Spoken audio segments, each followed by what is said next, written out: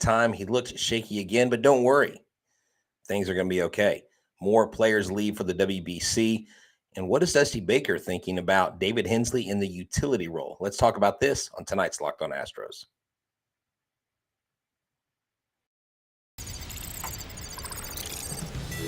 Alvarez hits a high drive center field. Veerling's back. This game is turned upside down. There's the runner. Fly ball down the right field line. Tucker comes on. Kyle Tucker. This time they finish the job. Hello and welcome to Locked On Astros, your daily Astros podcast. Here are your hosts, Eric the Man Huysman and Brett H-Town Wheelhouse Chancey.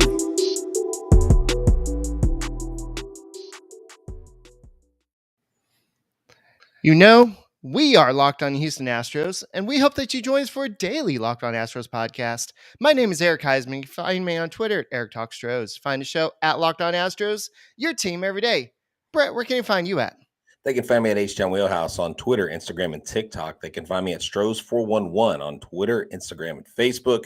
Always positive, always Stros. Guys, thank you for making us your first listen on YouTube. Go ahead and subscribe to us, and go ahead and give us fat thumbs up if you like us as well. And up in this corner, we have a QR code. If you go and scan that, that'll take you to Linktree, where you can find all the different other ways you can listen to our podcast, including Odyssey, Apple, Google, everything like that. So go check us out. Make us your first listen on the way to work, at work, on your way home from work, when you're supposed to be spending time with your significant other. Just go ahead and make us your first listen. So let's go and move on to today's topics. Hunter Brown struggled with command again, like you're talking about, but I'm not worried about it. You have a whole bunch of players leaving. Now that's going to open the door for a lot of younger players to do it. And Ronel Blanco did go ahead and get another extended appearance. And we'll talk about everything that happened today. And David Hensley, wow, he's looking pretty good. He had another home run. Also, in the second segment, we're going to announce our giveaway for the 2 Space Cowboy tickets on the 27th at Consolation Field. You'll have to stand by for the third segment, because in the third segment, a friend of the show, that Astros girl, donated another set of tickets, 2 tickets, and she's chosen the winner. I just found out just now, came across my phone, and we're going to announce that winner at the end of the show to the 28th game of Space Cowboys versus Astros on the 28th at Minute Maid. And Thursday night, for our listeners and our viewers, you got to be watching our show to be entered to win. We're going to randomly pick someone for tickets to the Minute Maid Park game on the 28th as well. We just had a listener donate tickets to give away. So Thursday night, we got more tickets to give away. So even if you don't win tonight, you have a chance to win 2 tickets, and they are some pretty sweet seats. So if you're just looking at what Hunter Brown did in the first inning, you would say, man, Hunter Brown is on point. He had 2 strikeouts. He only allowed 1 hit. Then it all fell apart in the second inning. And Martin Maldonado said he just looked so good in first inning, but everything just kind of sped up on him in the second inning. He walked the bases loaded. And then he was 1 pitch away from getting out of it. But then instead, he went ahead and walked the bases loaded. Then you had Ty Buttrey come in. And what did he do?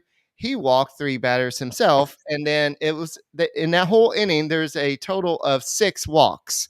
And they allowed 6 total runs.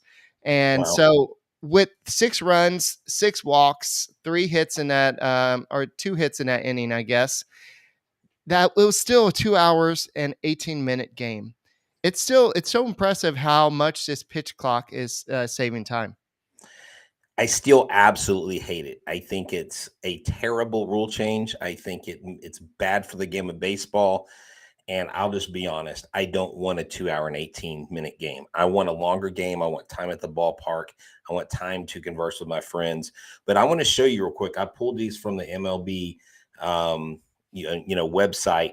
Hunter Brown's 3 walks. And he talked about this in his 3 walks. Now, Eric likes to make sure he's still in the picture when I put the graphics up. So yes, Eric, we can still see your face. If you're listening, you have to go watch YouTube and check this out. It's actually quite entertaining.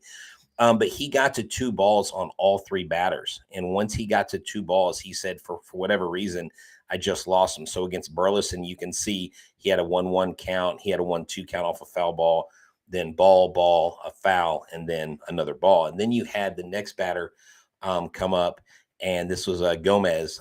He started out with the ball.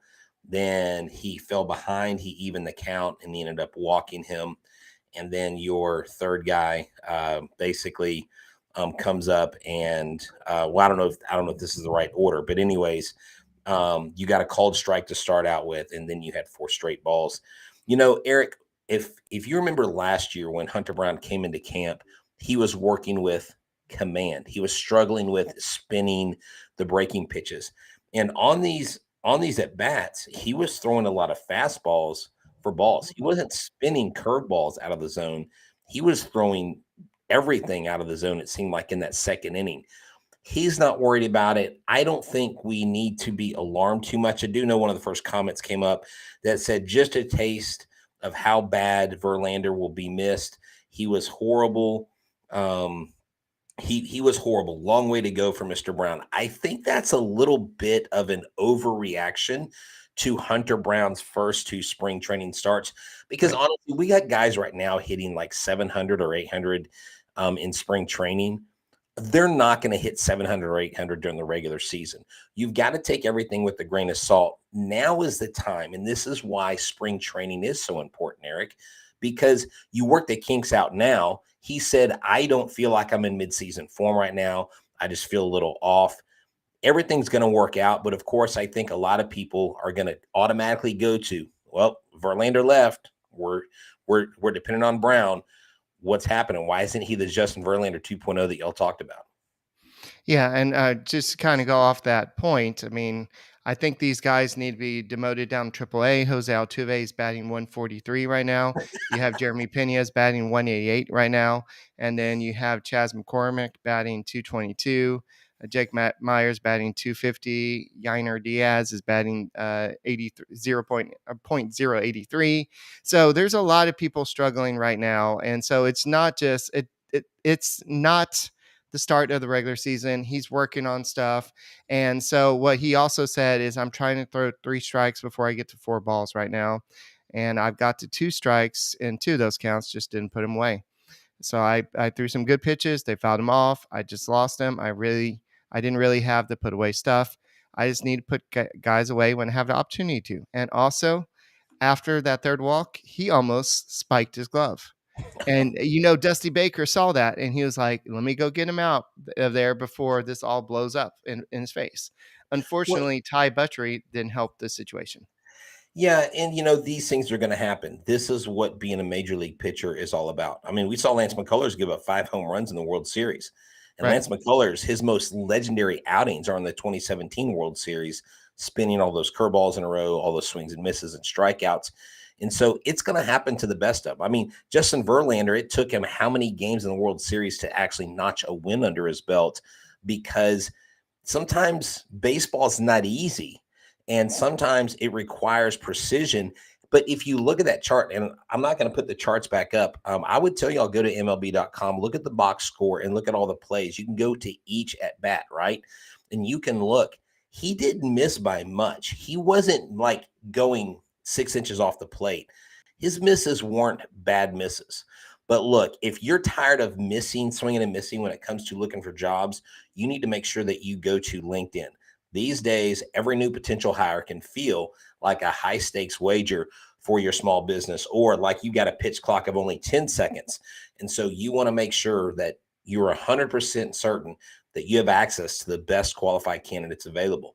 That's why you have to check out LinkedIn Jobs. LinkedIn Jobs helps you find the right people for your team faster and for free. I have several friends that are entrepreneurs that own their own businesses, and I see these purple hashtag hiring frames all over the place, and I hear great stories about them. What you do is you add that to your job, basically to your picture frame that you're hiring, and people know that, hey, this company is looking for good help. And they have simple tools like screening questions. They make it easy for you to focus on candidates with just the right skills and experience, so you can quickly prioritize who you would like to interview and hire. It's not this, oh my gosh, I got to go through all these unknown people. And this is why small businesses rate LinkedIn Jobs #1 in delivering quality hires versus leading competitors. So here's my call to action to y'all. LinkedIn Jobs helps you find the qualified candidates you want to talk to faster. So post your job for free at linkedin.com/lockedonmlb. That's linkedin.com/lockedonmlb to post your job for free. Terms and conditions apply. So if you're looking at Hunter Brown's LinkedIn profile right now, so far this spring training, he's thrown 73 pitches and 38 of them have been strikes. That's only 52%. That's not really good. And opposing scout says that it's just it's mechanical consistency, and so it's something that can be fixed. Maybe it's the whole pitch clock. He just feels rushed. So I think this is something that he can adjust and fix before the regular season starts. So I'm not in panic mode yet, and I think that of all people, he should be used to pitching with the pitch clock because he did in AAA. But at the same time, it's different in front of the big leagues. And so somebody who's doing something a little bit different than he's done in past is Ronel Blanco. And he went ahead and pitched today. He only pitched 2 innings. He wasn't quite as successful. I do believe he tried to go out there for a 3rd inning, but he gave up 3 hits and he had 1 earned run, 1 strikeout. His ERA is still 1.80 on the so far this spring, but he did throw 26 pitches in that game. So he's building up his pitch count. He probably could have gone an extra inning. I don't know if he went in the 3rd inning or not. I thought I saw that he was going to go in 3rd inning, but maybe he didn't. So yeah, well, and the guy who came in behind him was Matt Gage. He had a strikeout. Then you had Melendez and Tamarez in the game with 4 strikeouts, 8 strikeouts overall. And outside of that 6-run outburst, if Hunter Brown and Ty Buttrey don't have these, I guess, implosions on the mound, lack of a better term, that would have ended up a 1-1 tie game because there was really no offense coming out of the Astros. But this is going to be an interesting spring training, Eric, because it's been a while since we've had a World Baseball Classic, and most recently we've had the rest of the players that were going to exit in Altuve, Pena, and Martin Maldonado. So there's going to be a lot of people. So Eric, I want to ask you this because at the end of this segment, I'm going to announce the winner of the first set of tickets. But I want to ask you this. Is this a good thing for the players that are marginal or that are on the bubble getting more looks with the key major leaguers out? Or does it put the team at a disadvantage because the veterans, a lot of them are gone? Well, if you're looking at Ryan Presley, Jose Urquidy, Kyle Tucker left for Phoenix today or yesterday, I'm not sure. But Hector Neris, Rafael Montero, Brian Abreu, Christian Javier, Luis Garcia, they left. And then Jose Altuve, Jeremy Pena, and Martin Maldonado played today, then they left. So that's a pretty big chunk of the Astros team leaving. So that gives players like Justin Dearden and maybe just a whole bunch of these young guys a chance to play. Like, who's going to play right field for the Houston Astros now during spring training, now that Kyle Tucker's out there? Jose Altuve. That gives some other people some chances to play. So this is a great opportunity for these young guys who wouldn't have gotten a shot to play in front of Dusty Baker. And we saw how David Hensley last year impressed Dusty Baker. And what did he do? He got on the playoff roster last year. And so spring training does mean something, guys. And so it's up to these young kids to take advantage of this opportunity. I wish Pedro Leon was not hurt so he can display what he can do. But I think the Astros do know what he can do. So I think we're going to see Jose Altuve definitely leading off against the Astros on Wednesday. And Brandon Bielak for sure is going against the Astros. And guess who's going to be pitching for Team Venezuela? Who's that? Ranger Suarez. Yes. Oh, nice. Phillies, this could be a rematch of the World Series. So that should be fun. Well, there you go. Well, I'm kind of bummed because I didn't think about it when I was planning our trip. We're going to be there, and most of the guys aren't going to be there. But that's okay. We'll still get to see, Bregman and some others. Jordan will be there. Hopefully he'll be hitting by the time we get there. Brantley, he left for a second time for the same family matter. something. Yeah, They we don't know haven't. what's going on. Yep. Yeah, that's what I'm saying. They haven't said what it is. Kind of a little concerning because that's twice in the last week and a half. So you hope and pray that everything's okay with his family. He's going to be ready by opening day. I doubt it. I doubt it. If he's missing this many games and he's still not swinging, I think a Michael Brantley on opening day would be wishful thinking. I mean, I would love for it to be a thing, but I just don't think it's going to be. So the bottom line is this: the Houston Astros have their work cut out for them.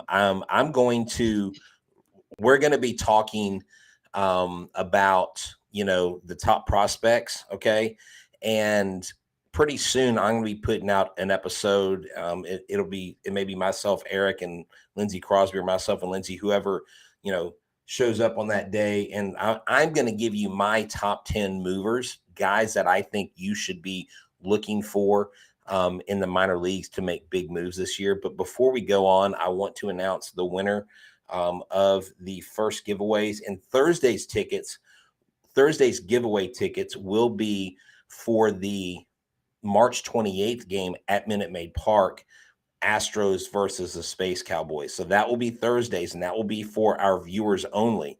So even if you're on Twitter or Instagram, you can't enter. You can only enter if you're watching the show live, and you can only win if you're watching the show live. But I want to congratulate our winner of the first set of tickets. His name is Craig. He goes by CDennis0130. I asked people why they should get the 2 free tickets that I donated, and he said because the 27th, which is the day of the game, is my 21st wedding anniversary, and my wife would love to see Maldonado in person. So we have awarded Craig these tickets. I'll DM him after the show. At the end of the third segment, I've got another set of tickets that I'm going to announce from Twitter that were donated by that Astros girl. And then Thursday, again, if you're watching live, you have a chance to win 2 tickets to Minute Maid Park. They're sweet seats for the Space Cowboys versus the Astros. Yeah, so lots of tickets, and I'm sure we'll have some ticket giveaways throughout the year. We always end up with some tickets throughout the year. So I wonder who's going to be patrolling out in center field this year, because a lot of people think it's going to be Chas McCormick, but Jake Myers is having a pretty decent spring training. He's making hard contact. He's always been a great defender, and he's actually healthy this spring. This is something that he hasn't been able to say the past 2 spring trainings. And so I'm not saying that, we've been talking for a while that Dusty Baker has made this a competition. And now you have Justin Dearden, who's kind of entering it into the competition as well. Could he win the everyday role? I'm not sure. I think he's the number 6 overall top Astros prospect, according to MLB Pipeline. But for him to supplant McCormick and Jake Myers, that's a tall ask right now, especially what McCormick did last year. But I think what we're going to see is maybe a semi-platoon to start the year to see who gets hot. And whoever gets hot will go ahead and get the majority of the starts, or we may just see a platoon unless one of them just seizes them. We're not going to have a pure center fielder like we had with George Springer until maybe Drew Gilbert gets up, maybe Pedro Leon, somebody like that. But Chas McCormick, this is his opportunity to show that he deserves to take over this role. Well, I'll tell you who, and I don't know if he'd be considered more of a corner outfielder, of who I actually have ranked right now higher than Gilbert, and that's Jacob Melton. Now, I don't know if Jacob Melton would arrive sooner, but Jacob Melton has a high upside. Eric, there are a ton of people, and when I release my list, I'll let you guess who my number 1 minor league guy is to make the biggest move this year, and he's been making a lot of waves. He has a beard. He's 25. He's his initials are JD. You know what I'm talking about? He's my top mover this year from the minor leagues, and whether he starts this season or not, I do think that it is possible for him to start on the roster. I've been talking to some minor league guys about that, and they said they would not be surprised if they saw that. The great thing is, Eric, we have depth. I think guys like Pedro Leon might I mean, he still needs more time. I just don't think he's going to be a big mover this year. We've got so many storylines. Look, I know people are kind of panicking a little bit with us losing Verlander, us having Lance McCullers on the shelf. We don't know if Brantley's going to come back. Jordan hasn't been swinging all these things. But I would rather deal with these issues now, Eric, and have these issues in the beginning of the season in spring training rather than they pop up in May or June where you're wondering, will they be back for a playoff run? So let's get the rust off. Let's get the kinks out. Let's let these guys get rested and get healthy. And then all of a sudden, I was like, Melton, 4%. But Melton is number 4. Look, the Astros may not have the highest rated minor league baseball system, but we talked to Jason Bell, one of the player development guys, and he's like, well, those rankings don't really mean anything to us because those are all based on signing bonuses. We have guys that are proven. I mean, look at all the guys now that are movers and shakers that are making. I mean, who would have thought Chas McCormick would be a guy that contributed in a World Series? Who would have thought that Luis Garcia and Christian Javier? And I mean, the list goes on, right? And we've got guys that are going to be studs. I mean, freaking dude. Will Wagner, this kid's a stud. Colin Barber, we don't even talk about him. I mean, there's so many potential names out there, and I think you're going to be surprised how many guys have the ability to be on the cusp or even make it up to the major league roster this year to help the club out at some point. Yeah. It looks like Eric froze. I don't know if I think his internet went out. I'm going to take him away. Hopefully he comes back. I am not sure what he was going to say, but yeah, Dearden has been playing like a number 1 prospect. Watching him, Colleen. Colleen's one of our more avid followers. I mean, she's here almost all the time. Darby, you're here. Mr. Richard, you're here. And yes, Graham said frozen, Eric. Chaz's job is in jeopardy. It is something that Chaz realizes it's his job to win and it's his job to keep. Now, Brian McTaggart, I believe, had McCormick and Myers as basically battling for center field because of the whole seniority thing. But at the same time, I think Myers might get lost in the shuffle. I really like Myers, but I just don't have a whole lot of confidence in him.